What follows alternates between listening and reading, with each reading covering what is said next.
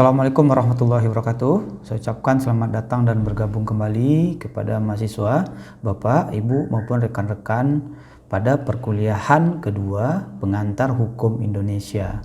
Nah, saya sapa juga kepada rekan-rekan ataupun kawan-kawan yang menyaksikan video ini untuk kepentingan ilmu pengetahuan. Saya ucapkan selamat datang. Pada pertemuan kedua ini kita akan membahas berkaitan dengan sejarah hukum di Indonesia. Nah, di sini ada beberapa pokok bahasan yang akan kita bahas, yaitu sejarah hukum Indonesia itu pada masa sebelum Belanda datang ke Indonesia. Yang kedua, pada masa Belanda di Indonesia. Yang ketiga, pada masa penjajahan Jepang. Dan yang keempat, pada masa Indonesia merdeka. Nah, selanjutnya kita masuk kepada yang pertama, yaitu sebelum Belanda datang ke Indonesia. Di sini sejarah hukum Indonesia ini dalam arti seluasnya ini mulai dari bermukimnya suatu masyarakat di tanah air Indonesia. Nah, jadi ketika sudah ada masyarakat di wilayah Indonesia, itu mengartikan hukum sudah ada di Indonesia. Ini tentunya dalam bentuk tidak tertulis. Nah, di sini artinya saat dimana kita mengenal dan memulai sejarah Indonesia sesuai dengan sejarah perkembangan bangsa Indonesia yang diwarnai dengan pengaruh agama, penjajahan, dan kemerdekaan serta perkembangan pasca kemerdekaan. Nah, di sini kita garis bawahi di sini yang awalnya adalah sebelum Belanda datang. Artinya hukum di Indonesia pada sebelum Belanda datang di Indonesia itu merupakan hukum yang tumbuh di dalam masyarakat berdasarkan kebiasaan yang kita sebut dengan hukum adat. Nah, berlaku hukum adat ini ternyata terpengaruh kepada kepercayaan, baik itu agama maupun kepercayaan mistis pada masa lampau. Kalau dari segi agama itu hukum adat itu dipengaruhi oleh agama Islam atau agama Hindu. Selanjutnya kita masuk kepada masa Belanda datang ke Indonesia. Nah, yang pertama itu masa VOC. Masa ini diawali dengan datangnya pedagang-pedagang Belanda yang kemudian mendirikan VOC. Nah, jadi di awalnya baru hanya pedagang-pedagang saja. Yang mulanya ini bertujuan untuk menghindari persaingan di antara mereka, nah, yaitu persaingan di antara mereka di daerahnya ataupun di Belanda. Nah, mereka tunduk pada hukumnya sendiri, jadi di sini mereka membawa hukumnya sendiri di sini ke Indonesia. Nah, kalau hukum adat berkaitan dengan hukum adat yang kita bahas ataupun hukum yang ada di Indonesia pada saat itu, ini Belanda pada masa itu tidak terikat pada hukum adat tersebut. Nah, jadi artinya tidak berlaku. Nanti kan kita bahas bagaimana hukum adat ataupun masyarakat pribumi itu bisa melakukan ataupun terikat dengan hukum Belanda. Selanjutnya kita bahas berkaitan dengan pendapat tulisan dari Van Vollenhoven. Van Vollenhoven menulis ketika kapalnya merapat di Indonesia. Ini gambaran dari Van Vollenhoven. Terdapat suatu negeri yang ditinjau dari sudut hukum negara, bukan negeri yang tandus dan kosong. Jadi intinya negeri ini berisi, yaitu Indonesia, ada masyarakat ataupun ada kehidupan perdagangan di dalamnya ataupun hubungan antar masyarakat di dalamnya. Negeri tersebut penuh sesak dengan lembaga tata negara dan lembaga tata kuasa yang diselenggarakan oleh kekuasaan dan atas suku, desa, persyarikatan, republik, dan kerajaan. Nah, ini penggambaran dari Van Vollenhoven tentang Indonesia pada masa itu. Tentunya di sini Indonesia pada masa itu telah memiliki sistem ketatanegaraan ini yang lebih banyak dari sistem kerajaan. Nah, ini sudah ditulis oleh Van Vollenhoven pada masa itu. Selanjutnya, ketika bangsa Belanda datang ke Indonesia, mereka melihat bahwa di Indonesia telah ada suatu tatanan hukum yang ajek.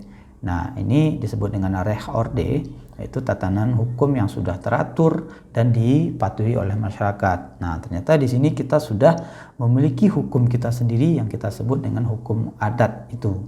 Dan ini dijalankan dalam sistem pemerintahan kerajaan. Selanjutnya, namun demikian mereka tidak serta-merta menundukkan diri terhadap tata hukum yang berlaku. Nah, jadi bangsa Belanda pada masa itu yang menilai dirinya itu superior, jadi mereka sudah membawa hukumnya sendiri, jadi mereka tidak tunduk pada hukum yang ada di Indonesia pada saat itu. Selanjutnya, tatanan hukum yang ada di Indonesia itu yang kemudian disebut sebagai hukum adat. Ini yang kita bahas tadi. Jadi tatanan hukum di Indonesia yang tidak tertulis tersebut ataupun di luar hukum Belanda yang dibawa oleh masyarakat Belanda itu disebut dengan hukum adat. Selanjutnya, dengan kedatangan orang Belanda di Indonesia, maka ada dualisme hukum, yaitu ada dua sistem tata hukum yang berlaku. Yang pertama adalah hukum adat, yang kedua adalah hukum Belanda. Nah, bagaimana masyarakat hukum di Indonesia ataupun orang Indonesia ini bisa berlaku baginya hukum Belanda? Ini dia itu melakukan penundukan diri. Tentunya kita sudah tahu bahwa pada masa lampau itu ada masyarakat Indonesia yang bergabung ke bangsa Belanda ataupun menundukkan diri kepada bangsa Belanda itu. Jika ingin berlaku hukum Belanda kepadanya, maka dia harus melakukan penundukan diri. Dan setelah melakukan penundukan diri itu, masyarakat Indonesia itu berlaku hukum Belanda kepadanya. Selanjutnya, adapun yang dimaksud dengan hukum Belanda adalah hukum kapal VOC yang terdiri dari, yaitu yang pertama adalah hukum Belanda kuno, ini yang dibawa oleh bangsa Belanda ke Indonesia, azas-azas hukum Romawi, hukum kapal, ini sebagian besar adalah hukum disiplin ataupun Tagsrecht. Selanjutnya itu dia yang tiga yang disebut dengan hukum kapal VOC itu. Jadi persoalannya di sini timbul persoalan atau permasalahan. Persoalannya adalah hukum kapal tidak dapat mengatasi menyelesaikan perkara-perkara yang ada di pusat-pusat perdagangan VOC, sehingga perlu dibuat peraturan-peraturan baru yang dapat memenuhi kebutuhan istimewa tersebut. Nah, ini kita masuk dalam teori perkembangan hukum ya, yang kita bahas dalam pengantar ilmu hukum. Jadi ketika perkembangan masyarakat dalam ini adalah VOC, teknologi ataupun kepentingan, maka hukum itu harus dibentuk ataupun diperbarui untuk memenuhi hal-hal ataupun kebutuhan-kebutuhan dari masyarakat pada masa tersebut, yaitu memenuhi kebutuhan istimewa yang disampaikan dalam VOC tersebut. Jadi perkembangan hukum itu harus seiring dengan perkembangan masyarakat. Nah, selanjutnya adalah masih dalam kendala. Kendala yang fundamental adalah di sini status VOC, apakah berwenang membuat peraturan kenegaraan atau tidak? Karena VOC ini merupakan kongsi dagang, ini terjadi permasalahan. Jadi VOC tidak bisa membuat aturan istimewa yang terjadi karena perkembangan dalam masyarakat ataupun perkembangan dalam perdagangan tersebut. Nah, tentunya akan dibawa lagi ke pemerintahan Belanda untuk mengatur aturan ini. Selanjutnya, ini dia. Oleh karenanya, pada tahun 1609, Staten General, yaitu Badan Federatif tertinggi negara-negara Belanda, memberikan kekuasaan pada Gubernur Jenderal pengurus VOC untuk membuat peraturan guna menyelesaikan perkara. Nah, ini kan tadi dibawa ke negara Belanda. Nah, jadi Staten General, Badan Federatifnya tertinggi Belanda ini memberikan kekuasaan kepada VOC. Nah, jadi VOC dapat membuat aturan baru yang sesuai dengan perkembangan ataupun kebutuhan pada masa itu. Selanjutnya, peraturan itu dibuat dalam plakat, kemudian dikumpulkan yang disebut dengan Netherlands Indische Plakatboek. Nah, karena tidak dikelola dan disusun dengan baik, Terlebih pada tahun 1635 ini terjadi kekacauan, maka timbul kebingungan bagi kaula negara mana plakat yang masih berlaku dan mana yang sudah dicabut. Nah ini dia, ini masih pada masa itu terjadi kekacauan, yaitu mana undang-undang ataupun hukum yang dipakai, yang masih dipakai, ataupun mana undang-undang yang sudah dicabut. Ini terjadi kekacauan pada masa itu. Selanjutnya, oleh karena itu Gubernur Jenderal Van Diemen pada saat itu 1636 sampai 1646 memberikan perintah kepada Mr. John Matsuyker, seorang pensiunan dari Hof van Justice setingkat MA, ini untuk mengumpulkan dan menyusun plakat dan dibuat buku dengan nama Statuten van Batavia. Nah, jadi plakat-plakat tersebut dibukukan yang menjadi nama satu bundel dalam bentuk kitab, itu yang dinamakan dengan Statuten van Batavia. Dengan demikian, hukum yang berlaku untuk wilayah yang dikuasai VOC adalah di sini hukum statuta, hukum Belanda kuno, azas-azas hukum Romawi. Nah, ini tiga yang kita bahas di awal tadi, itu azas hukum yang berlaku di wilayah yang dikuasai oleh VOC. Nah, selain hukum yang tiga tersebut, ini VOC juga berlaku hak keistimewaan. Ini diberikan oleh negara Belanda, yaitu yang pertama adalah hak monopoli pelayaran perdagangan, yang kedua hak menentukan angkatan perang, yang ketiga hak mendirikan benteng, keempat hak mengumumkan perang atau perdamaian, dan hak mencetak uang. Nah, ini berlaku untuk VOC pada masa itu. Nah, selanjutnya di sini terjadi kemunduran ataupun kebangkrutan dari VOC tersebut. Nah, VOC ini bangkrut karena banyaknya terjadi korupsi oleh orang-orang di dalam VOC tersebut, sehingga dia itu bangkrut dan pada akhirnya VOC dibubarkan. Kita masuk kepada masa penjajahan Belanda, yaitu 1800 hingga 1942. Nah, di sini diawali dengan VOC yang pailit, kemudian bubar. Selanjutnya Indonesia jatuh ke tangan Inggris. Nah, pada masa itu Raffles sebagai Gubernur Jenderal tidak banyak perubahan di bidang hukum.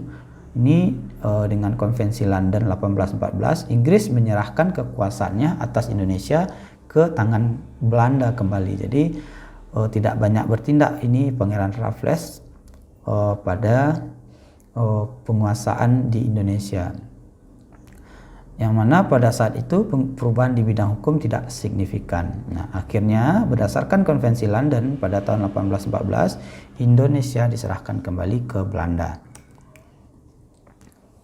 Selanjutnya pada tahun 1848 adalah tahun yang penting bagi sejarah hukum Indonesia, yaitu saat diberlakukannya hukum bagi masyarakat Eropa di Indonesia dengan azas konkordasi. Nah, ini tahun yang sangat penting pada tahun 1848. Pada masa itu terjadi kodifikasi ataupun pengumpulan hukum-hukum yang sejenis ke dalam satu kitab yang disusun secara sistematis dan lengkap. Nah, jadi kodifikasi adalah pengumpulan hukum-hukum yang sejenis ke dalam satu kitab yang disusun secara sistematis dan lengkap. Di Hindia Belanda yang diketuai oleh Mr. Scholten van Haarlem, artinya kodifikasi hukum yang ada di Indonesia adalah tiruan kodifikasi hukum Belanda yang berlaku di Belanda. Jadi hukum-hukum yang dibuat dalam bentuk plakat-plakat tadi yang dikumpulkan tadi, Statuten Batavia tadi, ini dikodifikasi lagi dan ini serupa ataupun sesuai dengan kodifikasi hukum Belanda yang berlaku di Belanda. Nah, kodifikasi yang berhasil dilakukan di sini antara lain Reglement of the Rechtelijke Organisatie atau RO, atau peraturan organisasi pengadilan. Sekarang kita kenal dengan kehakiman, lembaga kehakiman. Selanjutnya Algemeen Bepalingen van Wetgeving atau AB, atau ketentuan umum tentang peraturan perundang-undangan. Selanjutnya adalah BW Burgerlijk Wetboek atau Kitab Undang-Undang Hukum Perdata. Ini pada tahun 1866 berlaku KUHP bagi orang Eropa. Nah, jadi pada masa itu sudah ada kitab undang-undang hukum pidananya dan hukum perdata. Selanjutnya pada tahun 1918 berlaku Wetboek van Strafrecht, yaitu WVS, bagi semua golongan Hindia Belanda. Nah, jadi pada 1866 hanya berlaku bagi Eropa WVS ini. Pada tahun 1918 ini berlaku pada seluruh golongan Hindia Belanda. Semula Reclaimment of the Rechterlijke organisasi ini akan diperlakukan di seluruh Belanda. Nah, ini permasalahan lagi, tetapi keadaan tidak memungkinkan. Nah, jadi ini berkaitan dengan individu yang kita bahas dalam psikologi hukum itu, apakah ini sesuai dengan keinginan masyarakat ataupun memang pada saat itu tidak sesuai pada aspirasi ataupun bentuk dari masyarakat itu sendiri.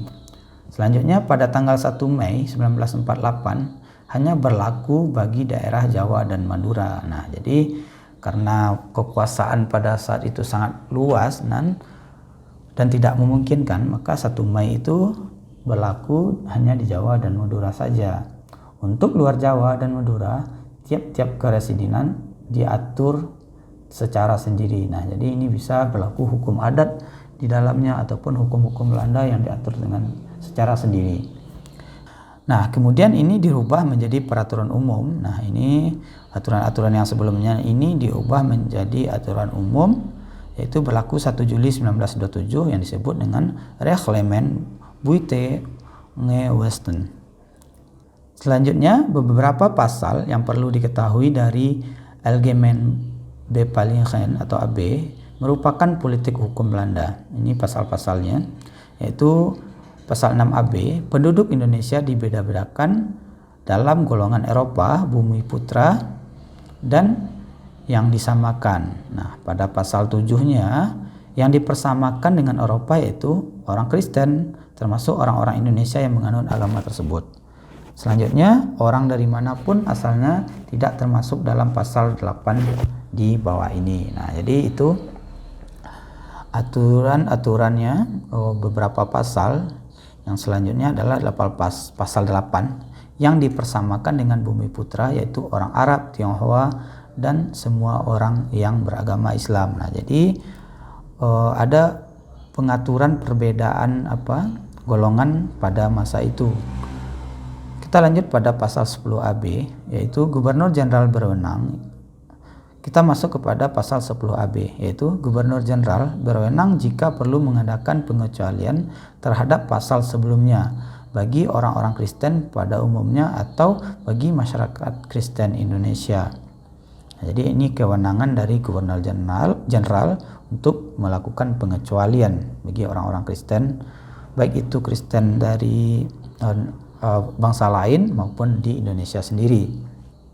Selanjutnya pasal 11 AB.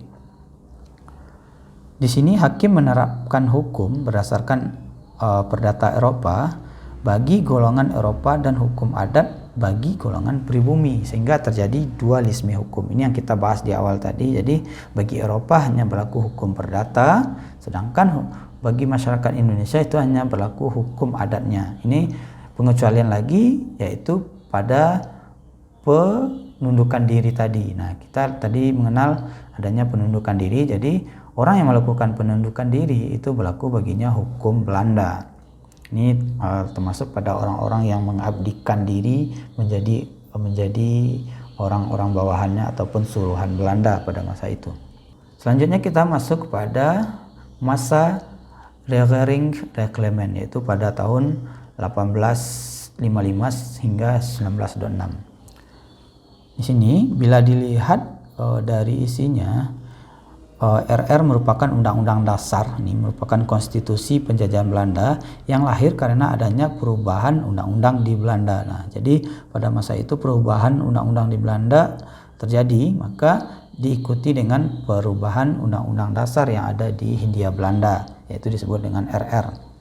Tahun 1920 beberapa pasalnya mengalami perubahan, ini amandemennya di Belanda yang dikenal dengan RR baru. Pasal 75 RR baru isinya memberlakukan ketentuan hukum yang lama bagi golongan penduduk. Nah, jadi ketentuan hukum yang lama itu baru akan diberlakukan pada golongan penduduk, misalkan pada bumi putra ataupun masyarakat umum yang melakukan pendudukan diri. Selanjutnya kita masuk kepada masa Indische Stadtregeling, yaitu pada 1926 hingga 1942. Sebagai akibat perubahan Undang-Undang Dasar Belanda tahun 1922, pemerintah di Hindia Belanda merubah RR menjadi Indische Stadtregeling atau IS. Nah, ini merupakan juga akibat dari perubahan undang-undang dasarnya dari Belanda. Nah, pada tahun ini tetap ada pluralisme di bidang hukum karena pasal 131 IS sama dengan pasal 75 RR. Nah, jadi ini terjadi dualisme dari bidang hukum pada saat itu. Adanya kesamaan pasal. Nah, selanjutnya masuk kepada dasar hukum pemberlakuan hukum Belanda, warisan Hindia Belanda. Jadi di Indonesia itu kita masuk nantinya kepada masa pada masa sekarang. Ini aturan peralihan pasal 1 Undang-Undang Dasar 1945 itu perubahan keempat. Dulu pasal 2 aturan peralihan ini sebelum amandemen. Kedua adalah ketentuan ini menyebabkan ketentuan seperti KUHBW ataupun KUH Perdata, HO atau Hinder Ordonansi masih berlaku. Nah, jadi hukum-hukum yang kosong di Indonesia yang belum diatur di Indonesia itu kita masih menganut pada sistem Belanda ataupun memakai sistem Belanda dalam penyelesaian sengketa ataupun penyelesaian peristiwa hukum yang lainnya. Selanjutnya kita masuk kepada masa penjajahan Jepang, yaitu 1942 sampai 1945. Di sini tidak ada perubahan hukum di Indonesia. Nah, jadi ketika Jepang menjajah di Indonesia, waktu itu masih diberlakukan hukum Hindia Belanda. Selama ini tidak bertentangan dengan kekuasaan militer Jepang. Ini diatur dalam Undang-Undang Nomor 1 1942. Ini merupakan undang-undang bentukan dari Jepang. Nah, selanjutnya kita masuk kepada keadaan setelah Indonesia merdeka. Di sini yaitu sumber tata hukum di Indonesia.